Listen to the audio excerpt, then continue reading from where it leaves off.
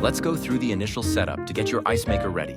First, place the ice maker upright on a level surface and unpack your product. Make sure you have received all the accessories.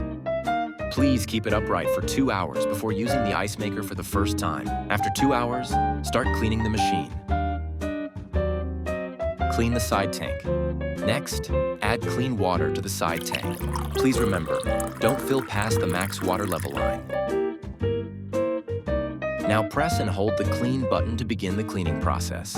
Once the cycle finishes, drain the water from the machine. Repeat this cleaning process at least 2 more times to make sure it's spotless. When you're done, reinsert and secure the drain plug.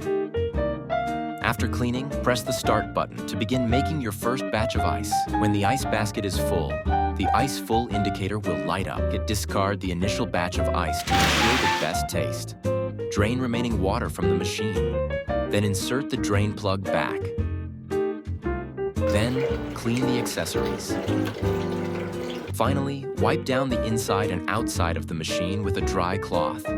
Now your ice maker is all set. Enjoy your fresh ice.